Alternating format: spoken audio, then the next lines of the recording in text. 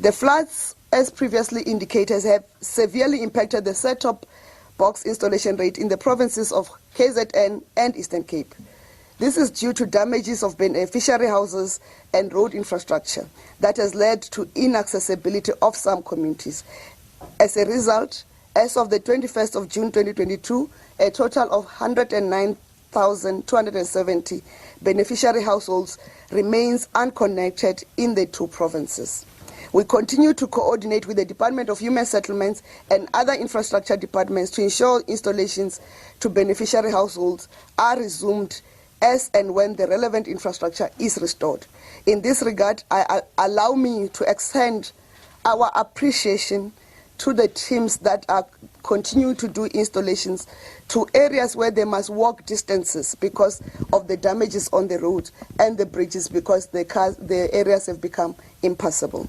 We really appreciate their efforts and their diligence. We have also commenced with installations for the end of September targets across 5 provinces that have completed by before 30 June, with Western Cape and Northwest yet to commence because of the mop-up that we are concluding this weekend. To date, we have installed for the September targets over 44,224 households that are due for installations by 30 September 2022. And we are continuing to increase our capacity to install more set-top boxes per day to ensure that the quickest rate of installations for post-ASO registration is in place. This will help us to connect to new registrations with a much more improved rate. However, since after 31st March 2022, the project had continued to experience a decline in the number of new registrations. With the support of the DTIC and our complementary efforts, we continue to create a conducive environment for increased availability of appropriate digital television sets and set-top boxes in the retail market. This means households not qualifying for government support can self-migrate without relying on subscription television. We also wish to remind those households earning below a total of 3,500 per month that applications for registrations are still open. I thank you.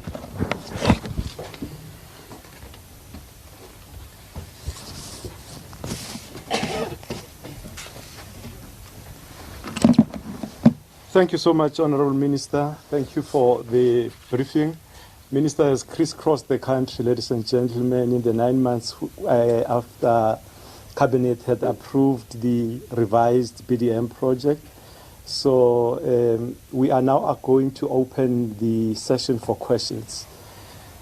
We're going to do it like this. Can we have 3 questions, maybe online, or if we have questions online coming, Vanessa will assist us with the questions that are online, and colleagues that are here in the House will then ask also their questions. Let's have the first round of 5 questions, and thereafter we will take the next round.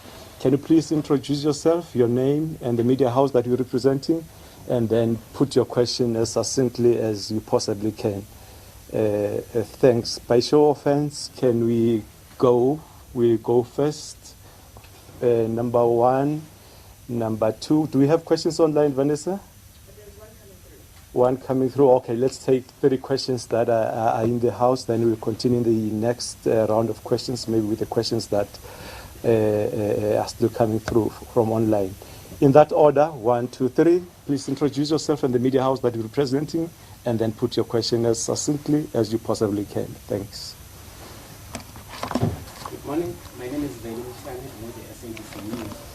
If the Minister may repeat clearly, are we only having an analog switch off for the 5 provinces that have completed the digital migration, or what's going to happen to the others remaining? And the last time the deadline, which was for the national analog switch off, and now if you're saying it's 5 provinces, where does it leave the other provinces, and when is the next deadline for the whole national switch off? Thanks, Philly.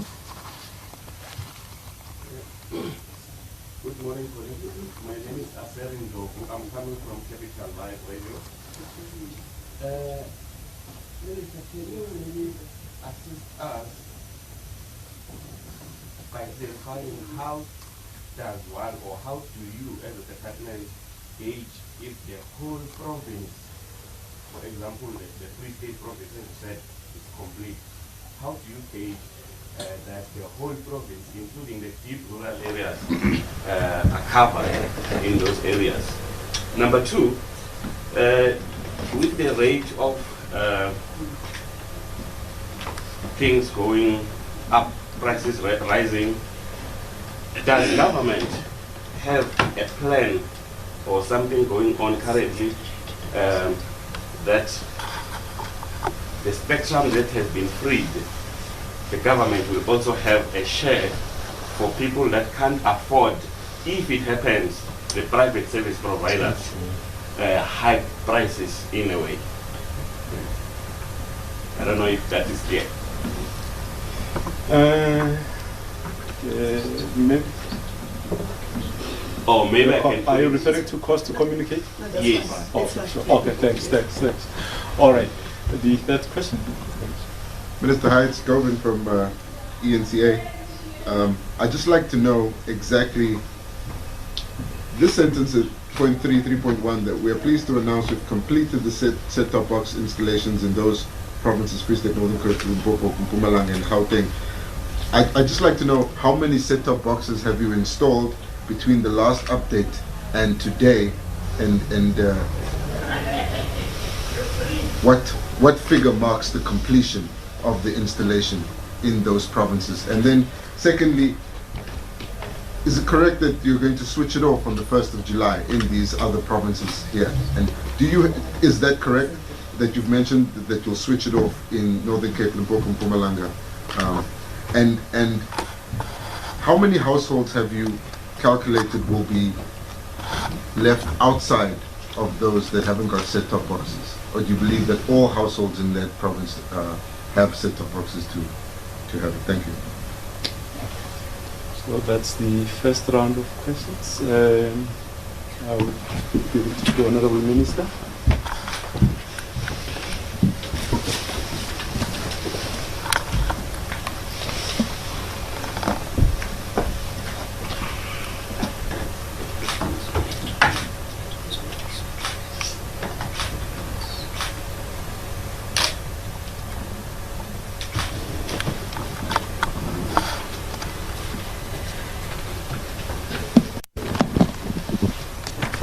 Thank you for the questions. You know, yesterday when we were finalizing the media statement, they advised me to say we must start the statement from the beginning of the briefings.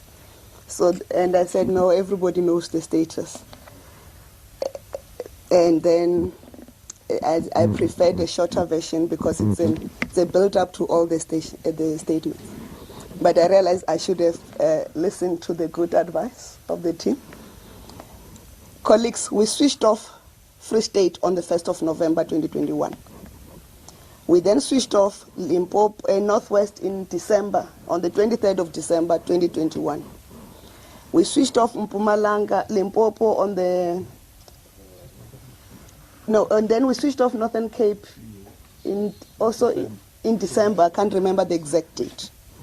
We switched off Mpumalanga in February, Limpopo in February, and Mpumalanga in February.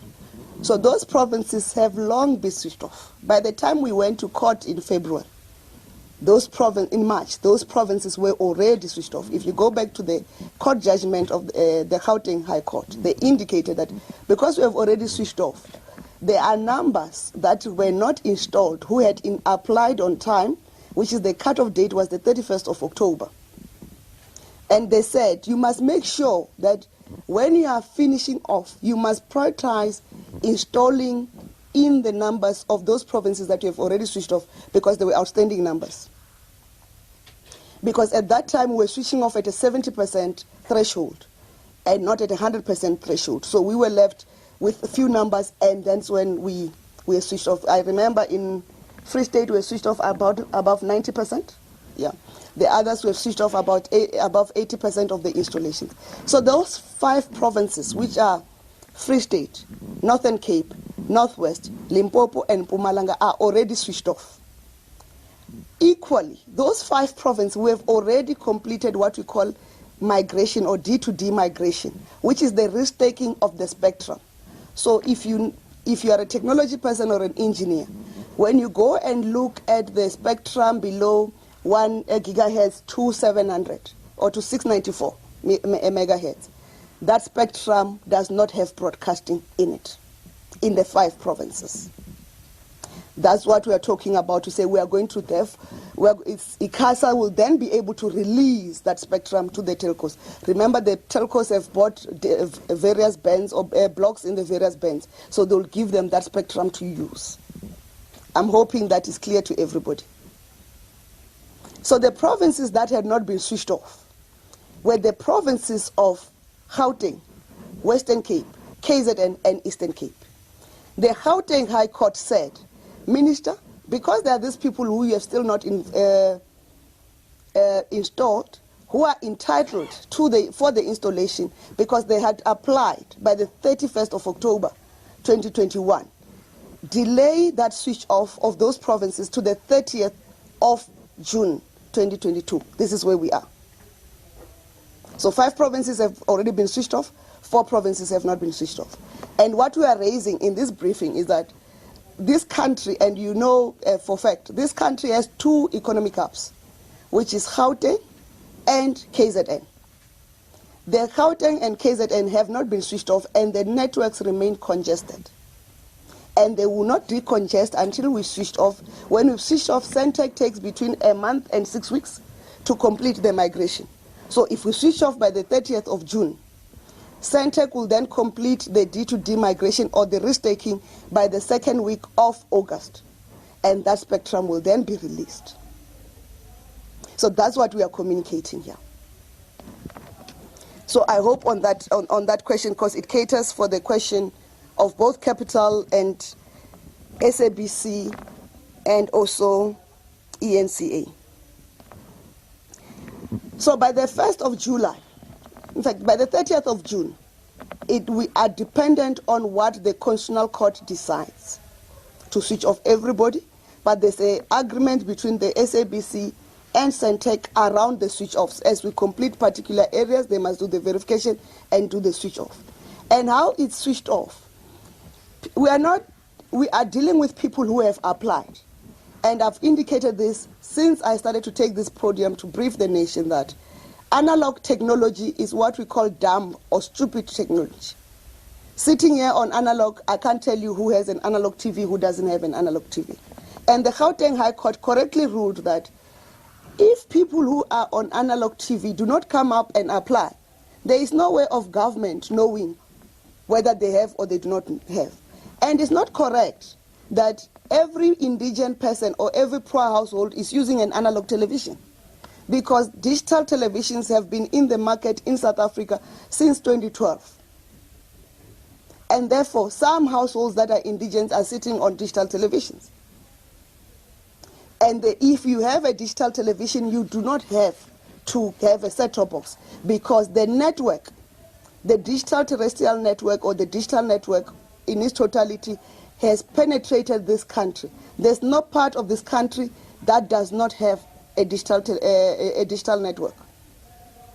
So if you are in your home and you have a smart television, you are able, except for mountainous areas, you are able to go to your TV and do auto tune or manual tune and get your digital channels. You don't need a set-top box. And that's the message we've been communicating, that there is no need for set-top boxes with the current advancement in technology on TV sets. It's only for those who have old TVs, very old TV sets, analog TV sets. And those ones, the Minister of Trade, Industry and Competition has now prohibited the importation and distribution of those TV sets in this country. But because we are aware that those TV sets remain in the market in the country, we have then gone further to say, for a consumer, as you go into your store, your retail shop to buy a digital television, that television will carry a Go Digital sticker. We met with the importers and distributors and manufacturers of TVs in the country. We agreed that the digital television sets will have a sticker that says Go Digital. And it's unfortunate I thought it would not be appropriate for me to be sporting my sporty of Go Digital logo. But the Go Digital logo has become very famous in this country.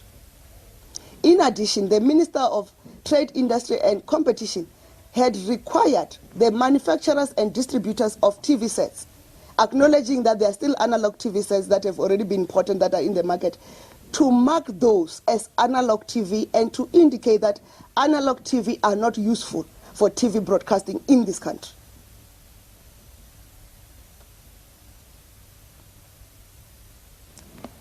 Then there was the question of saying, is the spectrum for poor people? Even if I give poor people spectrum, they will not be able to do anything with it. Spectrum is airwaves, but we understand what the question means. Spectrum that has currently been released has been released for the telcos, and we continue to put measures to push down the cost of communication. There will be a slight hike now as they deploy, but ultimately the prices are going to go down. We are going to release a new policy on spectrum for the country. That policy should be released by end of July. We are consulting, which indicate a provision for spectrum for the State Digital Infrastructure Company, which the supporting regulations will come through for that. Because we accept the responsibility that we cannot leave our fate and the fate of the country on the hands of the telecommunications operators that are commercially driven when we hold as a department and government a State Digital Infrastructure Company that has a responsibility to make sure that all South Africans have access to technology. And for that reason, we've committed that by 2024, all South Africans will have access to the internet, and we said they must have access, and you are aware of the discussion of free basic data, which will come out with the proposal in the policy by end of July for public comments. It will then indicate what is our proposal on how we deal with the free basic data, because data has become the economic driver.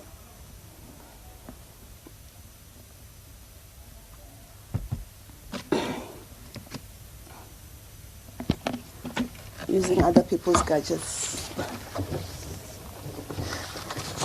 Unless you want to deal with the numbers that we had to install in the various provinces where we say we've completed, and to indicate in terms of when we say we've completed, we deal with the households that have applied.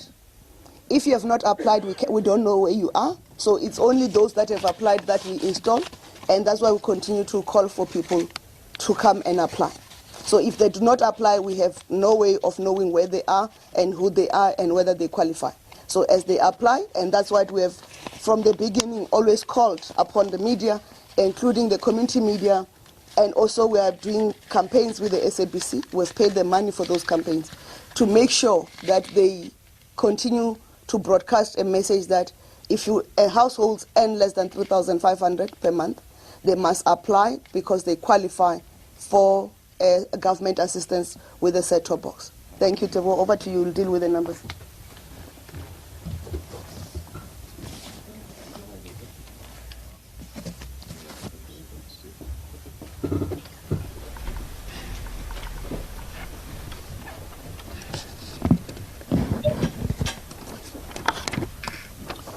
Good morning, colleagues. Morning, viewers out there. Yeah, there will be two questions that I'll be addressing. I think one is from Mr.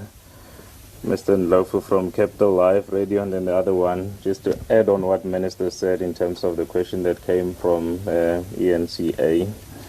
Mr. Ndlovu asks a question: how do you ensure that the province is covered? What measures are in place to determine that? The migration model that we approved when we revised the approach was anchored around 5 pillars. That of creation of awareness, telling people what has to happen and going out to the people there. And then registering households. So the process of registering households determines per province how many indigent households are registered. That is the first step there. And then we have the pillar of the actual installations of the set-top boxes against the registered households that have applied. That is how we determine who gets installed in a particular province.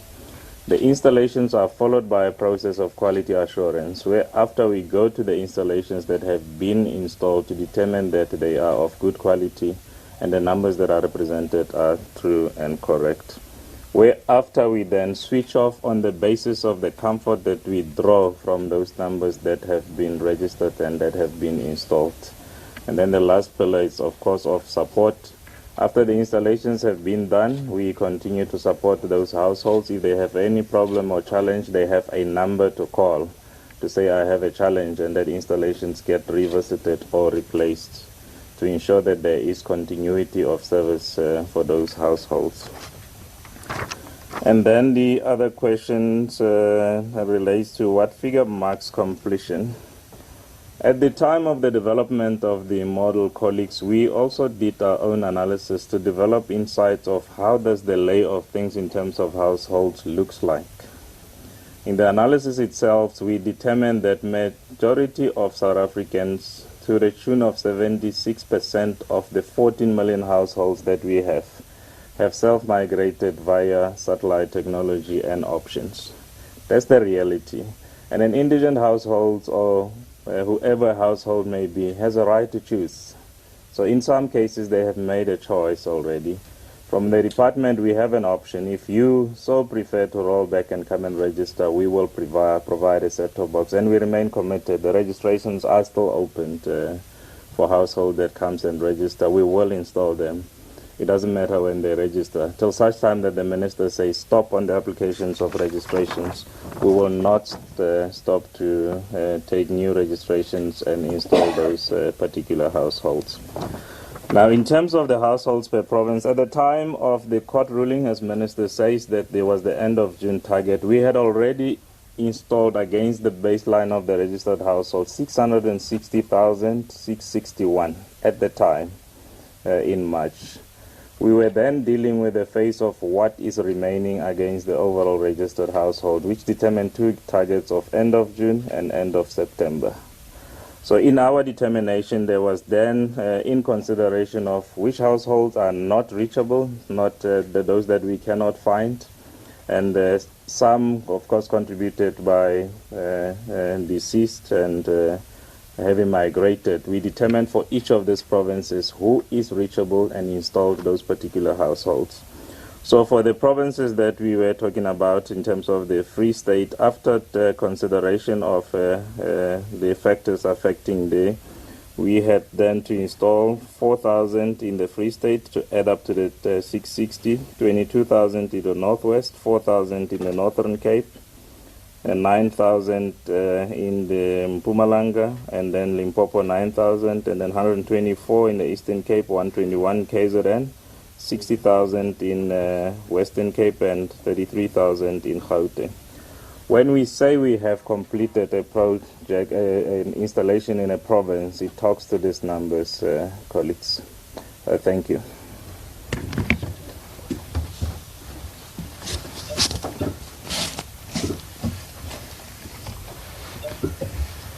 Thank you so much for the clarity, Honorable Minister and COO. We will then take the next round of the online questions. We have 3 questions so far, Chair, but ENCA would like a repeat of the figures. Those last ones, please, from the CEO. No, we'll get them offline. Okay. Now you will be able to get them offline. Okay. Oh. We have 2 questions from Thabo Molukwani from Power FM News. It's for the Minister.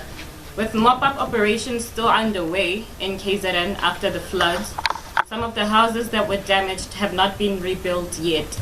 Is there a plan to revisit that province? And what will be the plan moving forward for those households? The second question is on raising awareness, which I believe the Minister already covered. Is it still from Thabo? Yes. Okay. And then the last question is from Tlhagelane from My Broadband.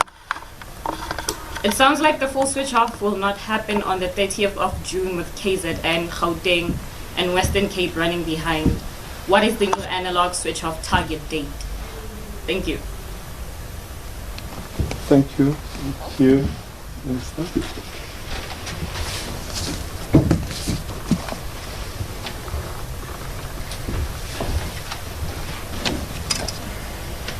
Thank you for the questions. As I've indicated in the statements, in KZN, Eastern Cape, and now portions of the Western Cape because of the floods of last week, we continue to install as and when the mop-up is done, the rebuild is done. In the statement, we clearly indicate that we are working with the Department of Human Settlements and the other infrastructure departments so that when they rebuild, we are installing at the same time.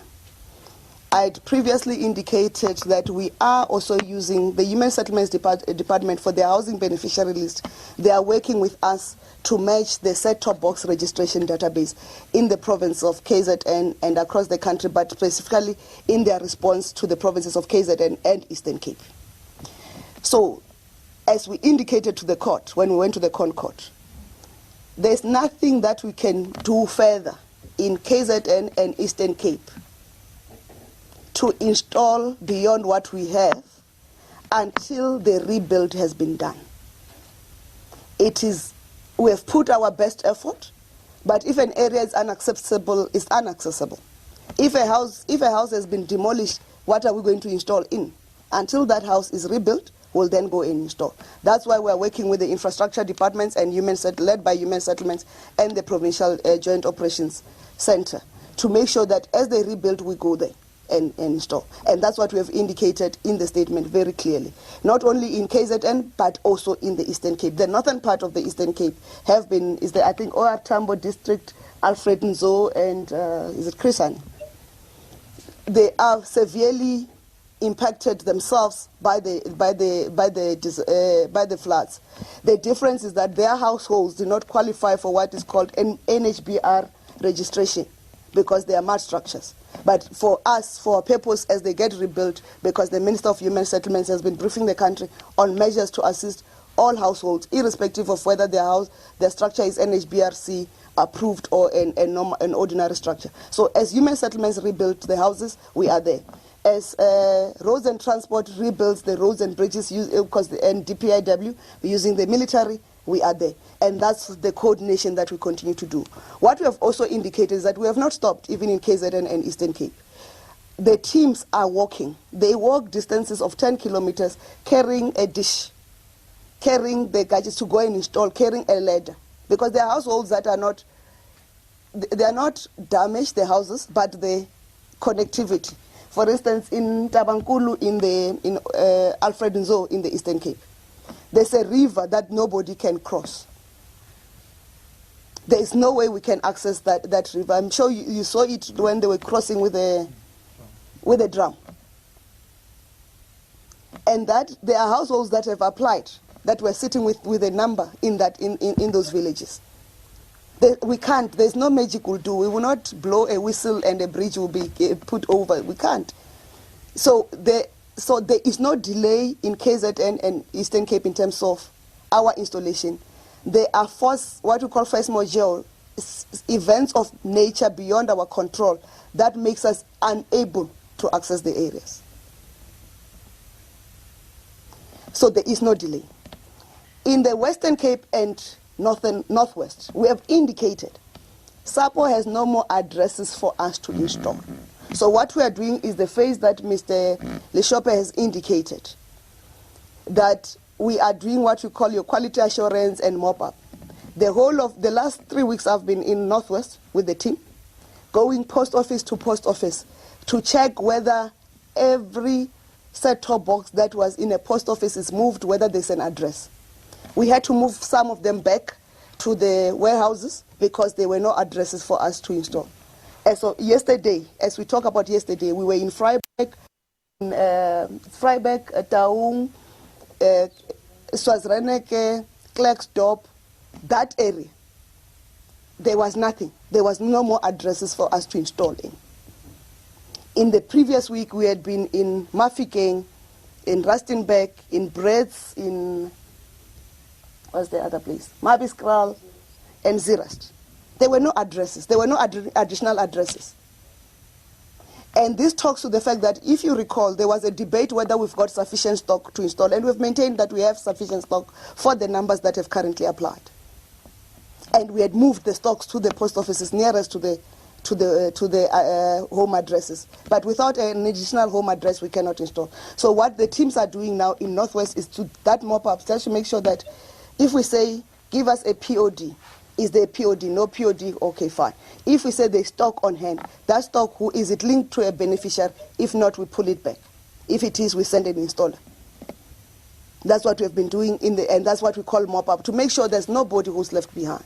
So we have no delay in Western Cape and also in Northwest. We are finished because we have no more additional addresses. There is no, as we are sitting here, the analog switched off date has been shifted to the 30th of June 2022 by the Gauteng High Court. There's no new date. We are waiting the determination of the Concord. And on our part, we are saying to South Africa, we have done that which we are required to do to make sure that we switch off. And what we are saying is that we have also put capacity because the registrations are very low. I think we have, between March and now, we have only a total of 81,000 additional. We have got a total of 40,000 additional registration for the March, April, May, June. 40,000 additional new registrations. So there have been those who claim that if we switch off, there will be a surge in terms of people who come out and say, we need assistance. They're doubting Thomases. And we have indicated in this press briefing that we have capacity, which is rearing and waiting. Initially, we had 1,000 installers. When we started, we had just under 100 installers. We built up capacity to 900 installers, or just under 1,000 installers. Now we're sitting with 1,700 installers, which across the provinces. They are not Gauteng based. These installers are based in individual provinces and individual districts in those provinces. Which means if we have that surge, which we doubt we'll have, we have teams that are ready to go and implement at the quickest turnaround time. So as you live here, and to all South Africans, you must know that on our part, we have completed that which we have to do. As the KZN and Eastern Cape rebuilds, we are going to go back and install in those provinces for the ones that have been affected by the floods.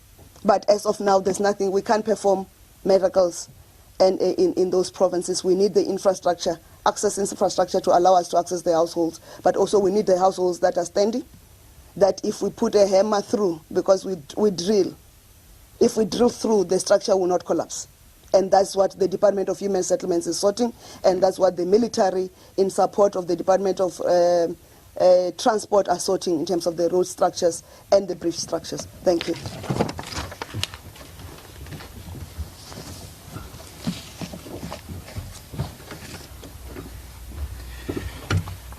Thank you so much, Honourable Minister, for the clarity.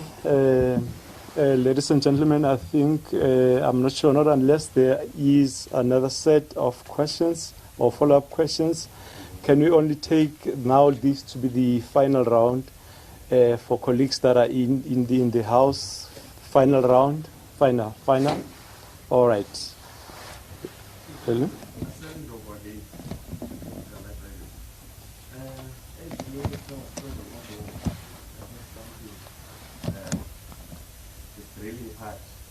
Does that mean structures that are in informal settlements does not qualify?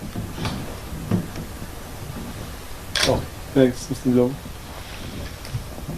Okay, go ahead. Just to get some clarity again, do you have a total figure of how many installations were done since the update in April in the provinces that you say you've now completed? What's the figure of total installations since April? Just the last. All right. Thank you. Okay, colleagues, those are the two last hands for colleagues that are in the House. Is there a question? Another question online? No more questions. So this is the last round, and those are the last questions. Colleagues, and it's understandable, colleagues. Minister has been briefing the people of our country, I think, in this media briefing and a number of other platforms on this project. There's a lot of clarity on what the department has done. Thanks, Minister.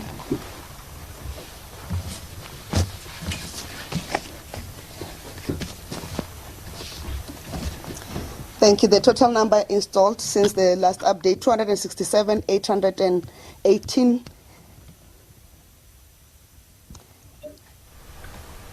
Mr. Ndlovu. Yes. I don't know whether you call it a shack. What do they call it? Amachochombe, the other Amachochombe, other places.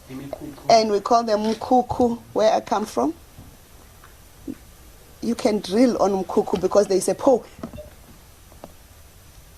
Remember, they're anchor poles. You don't put, even whether in where I come from, they used to do them with planks. In some areas, they do them with corrugated sheets. There is a pole. That's why you have them as square. There is a pole. You'll drill on the anchoring pole. So, and we have been installing in former settlements, irrespective of the structure that is there. But what we refer to, for instance, I don't know if you've seen the pictures of houses in KZN or Eastern Cape. What has happened? A house is damaged, or because it's on a sand, they were in sand, the soil structure is halfway. So if you drill on it, then because the soil structure is not strong, then it will collapse. But also there have been too much cracks on some of them that even if you drill, in fact, it's not suitable for habitation. That's what we're talking about. So it's not about a shack or anything else. Shacks, we have been putting in shacks of all shapes and forms in the country. So we do not have. And ladies and gentlemen, thank you for your time. And thank you for your continuous response on this project. And we hope to see you on the other side as we conclude the September registrations. But we continue to plead with you also as members of the media to spread the message about qualifying households to register. And we are aware that the economic situation, not only of the country, of the globe has changed given the events, the internet global events that have been happening. And the status of households would have changed. So there are households that previously did not qualify because they had earned more than 3,500. We are calling for those households that now, if you qualify, come and register.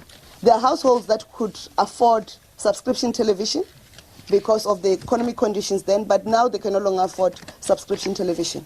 We are calling on those households also to come and register. And we're saying we've got the capacity, and we've got both in terms of human resource, in terms of the installation teams, but also in terms of the devices that needs to be used for us to go and install everybody. But we cannot go out and procure additional without knowing what is the number that is coming. We don't want to incur fruitless and wasteful expenditure, so we are dependent on the number of registrations. If the numbers improve, the relationship between our department, our agency, USASA, who are the funding agencies through USAF, and National Treasury in terms of the approvals we require. The turnaround time has drastically improved, that if the numbers go up, we are able to get the approvals to bring in additional capacity. Thank you. Have a lovely weekend. And look after yourself. The fact that there are no more masks, it does not mean it's not flu season. It does not mean the virus is totally gone. So let's continue to be cautious and take the necessary precautions so that we don't have a resurgence of COVID-19. We cannot afford it. The economy needs to work. Thank you.